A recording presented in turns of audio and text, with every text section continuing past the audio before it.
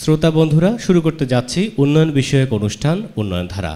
উপস্থাপনায় রয়েছি আমি রেজওয়ান সাগর, প্রযোজনায় রয়েছেন কৃষ্ণকমল, সহযোগিতায় ক্ষুদ্রঋণ কর্মসূচি এসকেএস ফাউন্ডেশন। উন্নয়ন কথাটি আমরা অনেকেই বলি, অনেকেই শুনি। প্রত্যন্ত এক গ্রামে এক ক্ষুদ্র পরিবারের জীবনে কিভাবে সেই উন্নয়ন বাস্তব হয়ে ওঠে, আজকের এই অনুষ্ঠানে আমরা জানব সেই পরিবর্তনের গল্প, যেখানে এক টুকরো সহায়তা হয়ে ওঠে আত্মনির্ভরশীলতা সিঁড়ি। আর এই সহায়তার পেছনে যারা দিনরাত কাজ করে যাচ্ছেন তাদের একজন রয়েছে আমাদের সঙ্গে।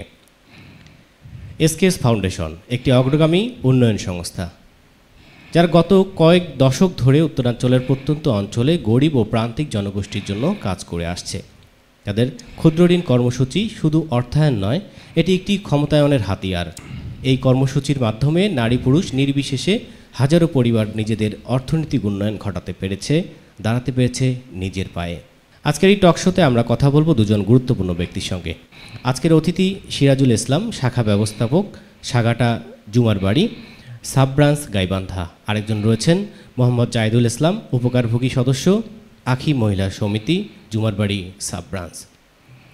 আপনাদের দুজনকে স্বাগতম আমাদের এই অনুষ্ঠানে। শুরুতেই যেতে চাই শাখা ব্যবস্থাপক সিরাজুল ইসলাম ভাইয়ের কাছে। কেমন আছেন আপনি? আলহামদুলিল্লাহ, আপনি কেমন আছেন? জি, আমি ভালো আছি। আসসালামু আলাইকুম।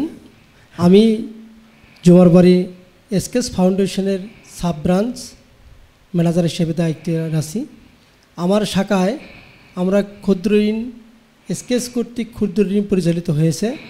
এসকেএসের লক্ষ্য হচ্ছে হতদরিদ্রদের আত্ম উন্নয়ন সৃষ্টি করা, তাদেরকে উন্নয়নের জীবনযাত্রায় পদার্পণ করা আমাদের মূল চাবিকাঠি।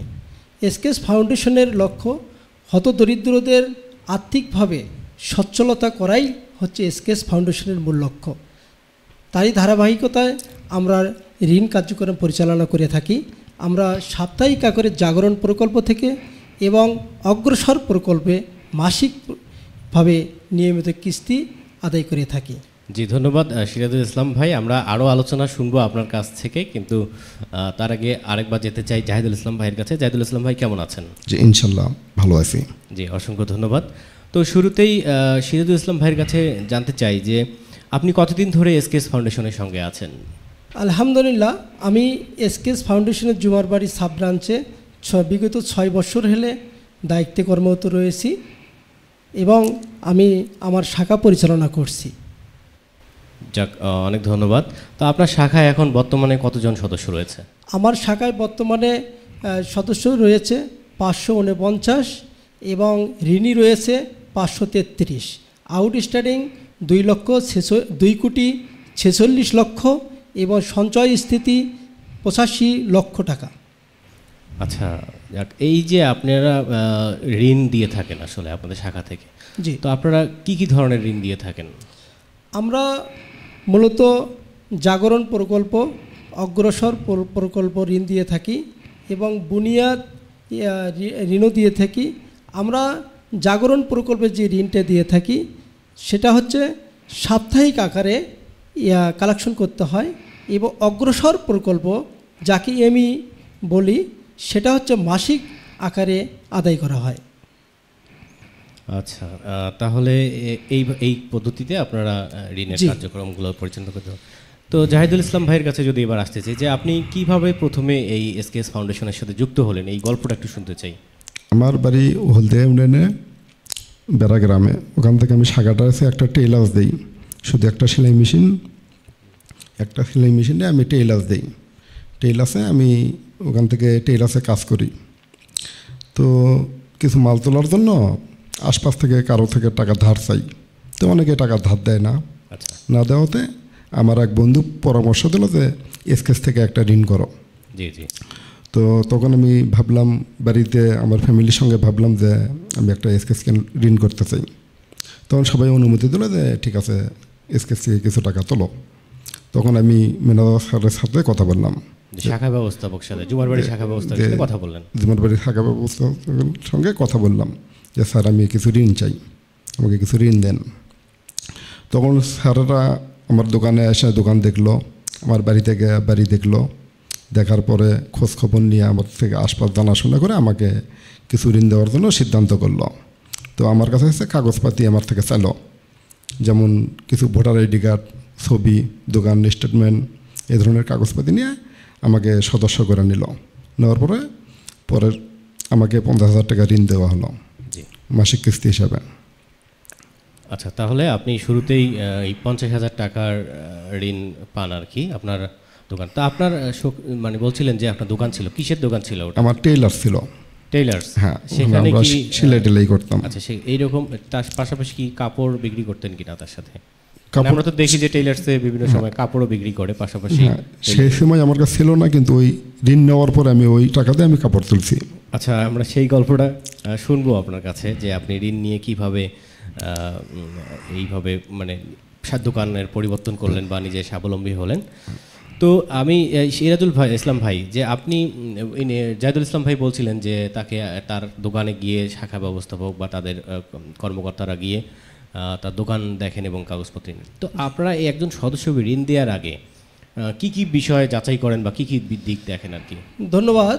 আমরা একজন সদস্যকে যাচাই করার মানে ঋণ দেওয়ার পূর্বে যে কাজগুলো আমরা করে থাকি, সেটা আমাদের এলাকা ভিত্তিক যে গ্রুপ আছে, কেন্দ্রীয় গ্রুপে আমাদের মাঠ কর্মীর মাধ্যমে তারা সদস্য প্রথম সংগ্রহ হয়।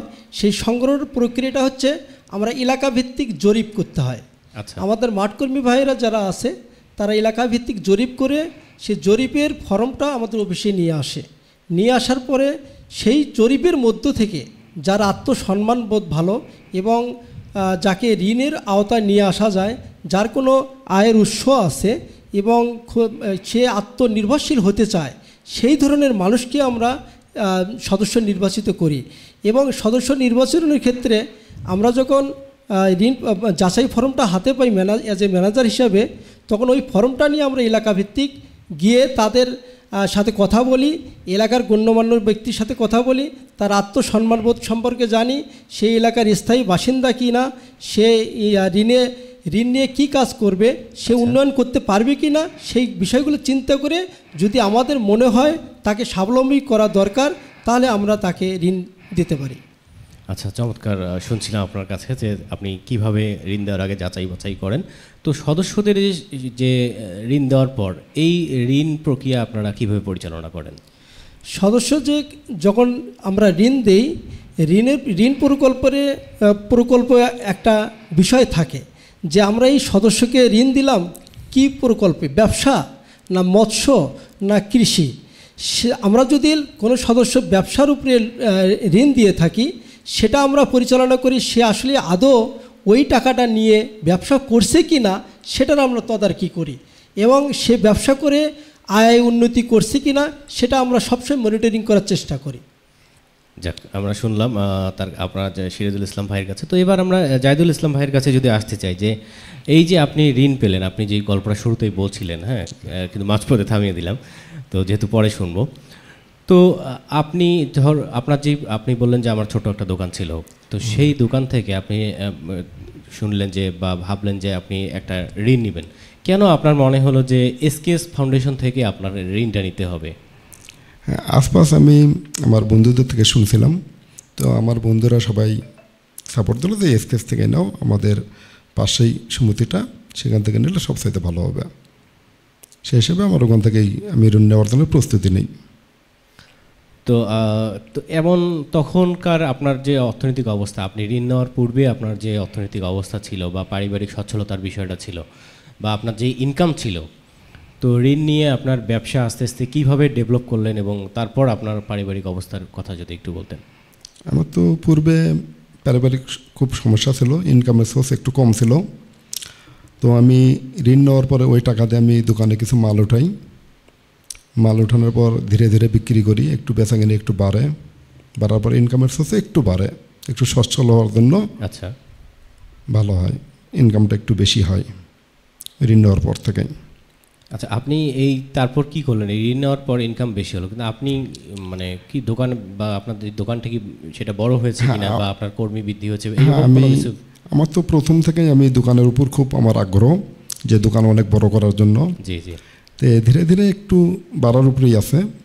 প্রথম আমি 50,000 নিছি, 1 বছর ওটা নিছি হলে 2021 সালে। জি 21 সালে নেওয়ার পর 22 সালে গিয়ে ওখান থেকে টাকা আবার আমি বৃদ্ধি নিয়েছি ওই এসকেস থেকেই। আচ্ছা ওখান থেকে দ্বিতীয় বছরটা আমি 1 লক্ষ টাকা নিয়েছি। 1 লক্ষ টাকা নিয়ে ও টাকা দিয়েও মাল ঢুকাইছি, দোকানে মাল উঠেছি। ওঠানোর পর আরও একটু ব্যবসা একটু বৃদ্ধির পথে চলছে।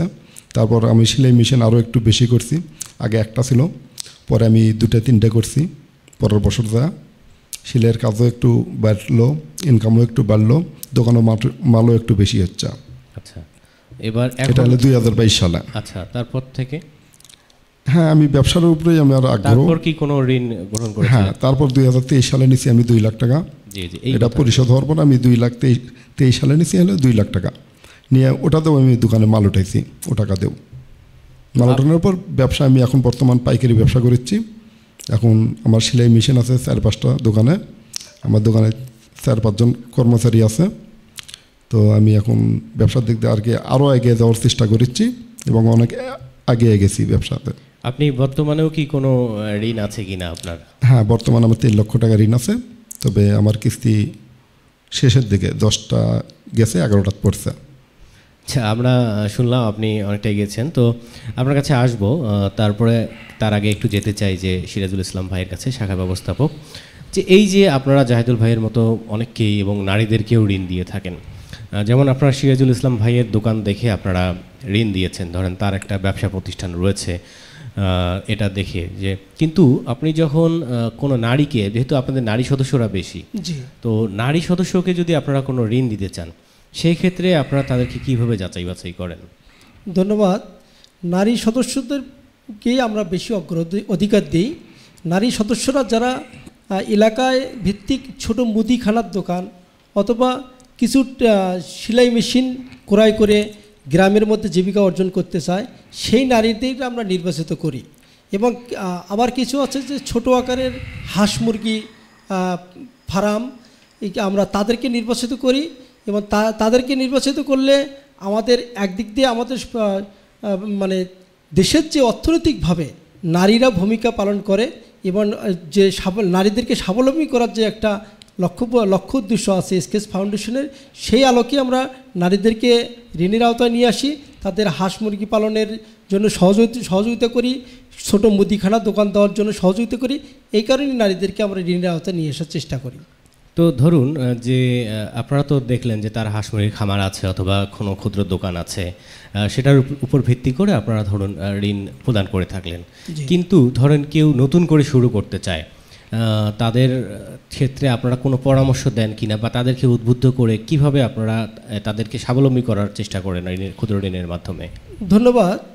আমরা যাদের কোনো কিছুই নাই, যারা শুরু করতে চায়, তাদেরকে আমরা স্বাগত বেশি জানাই। কারণ শুরুটা আমাদের সেটা কেমনে যে আমরা তাদের পরামর্শ দিই যে আপনারা যদি আমাদের প্রতিষ্ঠান থেকে 30,000 টাকা অথবা 20,000 টাকা, 40,000 টাকা ঋণ নিয়ে একটা প্রাথমিকভাবে ছোট আকারে কিছু 100 হাঁস মুরগি অথবা ছোট আকারে কিছু 2-1টা সেলাই মেশিন নিয়ে যাত্রা শুরু করতে চান, তাহলে আমরা এসকেএস ফাউন্ডেশন আপনাদেরকে ক্ষুদ্র ঋণের সহযোগিতা করতে পারবো। জি ধন্যবাদ। আপনারা কি কোনো সঞ্চয় ব্যবস্থাপনা বা পরিচালনা করেন কিনা? আমরা প্রতিটা সদস্যের কাছ থেকে বর্তমানে 100 টাকা সঞ্চয় নিয়ে থাকি এবং এই সঞ্চয়টা তাদের আমানত হিসেবে রক্ষা করি। জি, এই সঞ্চয় কোনো নিয়ম আছে কিনা যে এইরকম সঞ্চয় কেউ যদি? আমরা সঞ্চয় নিয়মের বেলায় আমরা প্রতিটা সাপ্তাহিক আকারে সঞ্চয়টা কালেকশন করে থাকি এবং প্রতি সপ্তাহে প্রতিটি সদস্যকে সঞ্চয়ের আওতায় বাধ্যতামূলক করে থাকি। আচ্ছা, কোনো সদস্য যদি এই সঞ্চয়ের টাকা তুলতে চায়, সেক্ষেত্রে আপনার নিয়ম কি আছে? বা আমাদের কোনো সদস্য যদি তার প্রয়োজন অনুপাতে সঞ্চয়ের টাকা উঠাতে চায়, আমরা তাকে অফিসের নিয়ম অনুযায়ী, যেমন আমাদের মাঠ কর্মীর কাছে তাকে সঞ্চয় ফর্মে আবেদন করতে হবে এবং সেই ফর্ম যখন অফিসে আসবে আমাদের ম্যানেজারের কাছে কর্মীরা আলাপ আলোচনা করবে এবং অমুক সদস্য সঞ্চয় ফেরত নিতে চায়, সেটা আমরা তাৎক্ষণিকভাবে তাদের সঞ্চয় ফেরত দেওয়ার চেষ্টা করে থাকি। জি ধন্যবাদ, আপনাদের শুনে ভালো লাগলো। তো জাহিদুল ইসলাম ভাই, আপনার কাছে আসতে চাই যে এই যে সঞ্চয় নিয়ে কথা বলছিলাম, তো আপনি কি এরকম কোনো সঞ্চয় তুলেছেন কিনা? যেহেতু জমা অবশ্যই সঞ্চয় করে থাকেন, আপনি কোনো সঞ্চয় তুলেছেন এরকম? হ্যাঁ, আমি প্রতি বছরে একবার করে সঞ্চয় তুলি। তাতে কোনো কি মনে কোনো ঝামেলা হয় বা স্কেচ থেকে কোনো ঝামেলা তৈরি করে কিনা? না, ওখানে কোনো ঝামেলা নেই। ওই আমাদের স্যার আছে, স্যারকে একটা ফর্ম লেখা দেয়, সেই ফর্ম দিয়ে আমরা মিনাজার স্যারের কাছে দিই, মিনাজার স্যার কেসিয়ারের কাছে দিয়ে ওখান থেকে আমার টাকা দিয়ে দেয়, সঞ্চয়ের টাকা। তাহলে আপনি বলতে চাচ্ছেন যে এই এসকেএসের সঞ্চয়ে তোলাতে বা জমাতে কোনো ধরনের সমস্যা তৈরি হয় না, আপনাদের টাকা নিরাপদে থাকে? হ্যাঁ, খুব নিরাপদ থাকে এবং খুব সহজভাবে টাকাটা তোলা যায়। জি, চমৎকার। আপনি কি বর্তমানে সঞ্চয় করছেন? তো হ্যাঁ, আমি বর্তমান সঞ্চয় করা আছে। আচ্ছা, তো এই যে আপনি সঞ্চয় করছেন, আবার আপনি ঋণ গ্রহণ করে আপনি বলছিলেন যে অর্থনৈতিকভাবে মোটামুটি আপনি আগের অবস্থান থেকে পরিবর্তন হয়ে এখন একটা ভালো অবস্থানে রয়েছেন, তো আপনার কোনো অন্য কারো আপনি কর্মসংস্থানের সুযোগ করতে পেরেছেন কিনা? হ্যাঁ, অন্যদেরকেও একটু যদি বলতেন আর কি। হ্যাঁ, আমি সুযোগ করে দিচ্ছি। আমার সেলাই প্রশিক্ষণ থেকে আমি অনেক মেয়েদেরকে কাজ শেখাইছি। ওখান থেকে কাজ শেখার পর ওনারা বাড়িতে গিয়ে ওনারা নিজে কাজ করে এবং নিজে ঋণ নিয়ে আবার নিজেও ব্যবসা করে। 4-5 জনকে এরকম কর্মস্থলে দেওয়া হয়েছে। আর আমার দোকানে কর্মচারী আছে, 5-7 জন কর্মচারী এখনও আছে। তাহলে আপনি এই নিজে আপনার ব্যবসা প্রতিষ্ঠান উন্নয়নের পাশাপাশি মানে স্বাবলম্বী হওয়ার পাশাপাশি আপনি অন্য মানুষকেও আপনি স্বাবলম্বী করার চেষ্টা করছেন? জি, আমি চেষ্টা করছি। তো খুবই ভালো লাগলো জাহিদুল ভাই যে আপনি নিজে একজন উদ্যোক্তা হয়ে এইরকম সহযোগিতা করছেন। তো আপনি কি কাউকে, যেমন আপনার অবস্থার এই ক্ষুদ্র ঋণের কর্মসূচির মাধ্যমে, এসকেএসের ক্ষুদ্র ঋণ কর্মসূচির মাধ্যমে যেহেতু স্বাবলম্বী হয়েছেন, তো আপনি কি কাউকে এইরকম উদ্বুদ্ধ করেছেন কিনা যে এসকেএস থেকে ঋণ গ্রহণ করার জন্য? হ্যাঁ, করছি। আমার বন্ধুকে করছি, আর আমার দোকানে যারা কাজ শিখছে তাদেরকে আমি উৎসাহিত করছি যে এসকেএস থেকে ঋণ করো, এবং আমি তাদেরকে কাগজপাতি নিয়ে খুব সহযোগিতা করছি এসকেএস থেকে ঋণ নেওয়ার জন্য।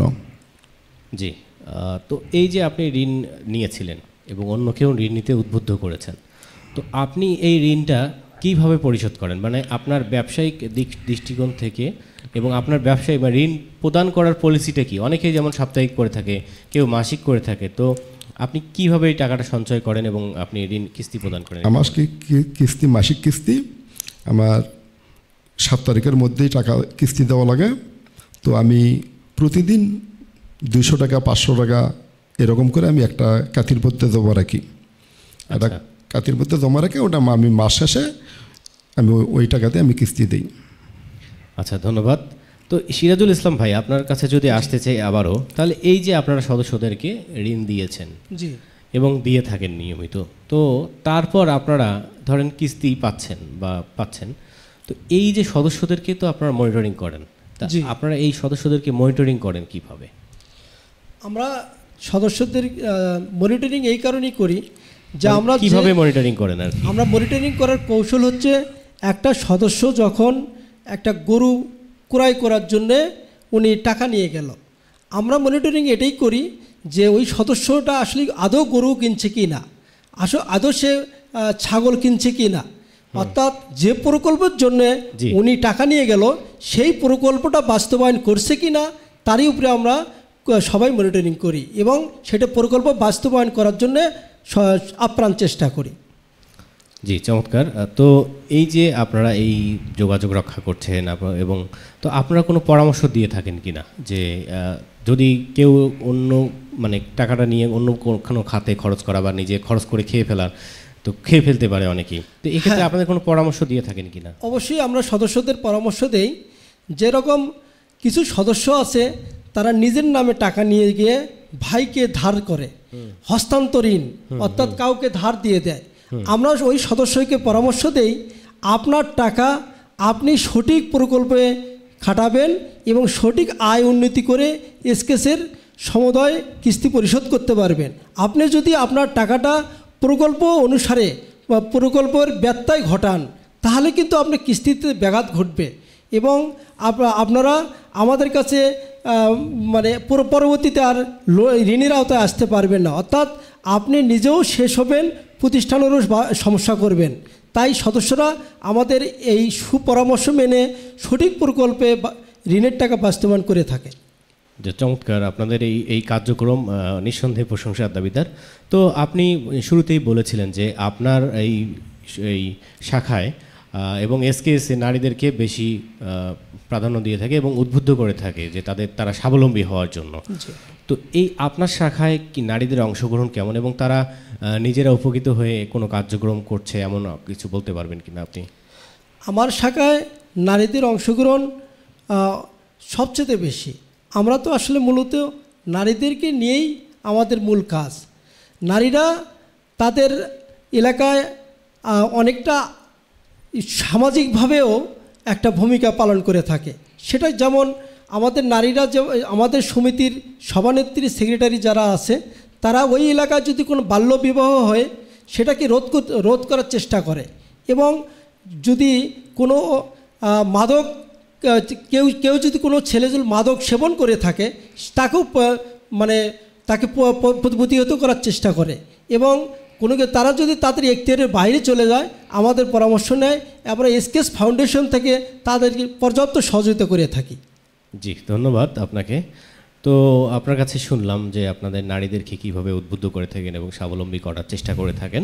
তো জাহিদুল ভাই, আপনি বলছিলেন যে আপনি স্বাবলম্বী করেছেন এবং চেষ্টা করে যাচ্ছেন, আপনার দোকানেও কর্মচারী রয়েছে।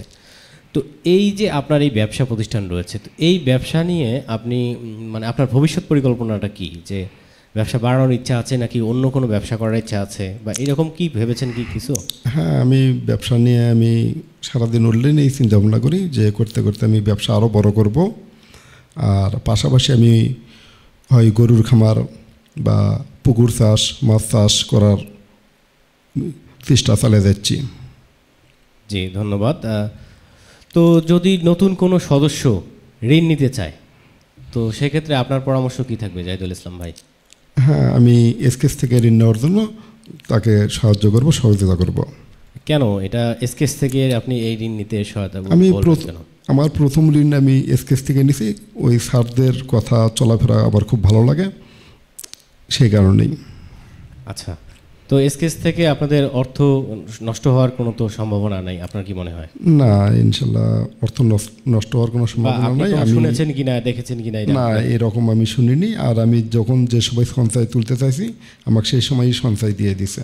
এবং তাহলে আপনি বলতে চান যে এসকেএসে টাকা ঋণ নেওয়া এবং অর্থ লেনদেন করে সম্পূর্ণ নিরাপদ, আপনি বলতে চান? হ্যাঁ, একদম নিরাপদ। জি, ধন্যবাদ আপনাকে।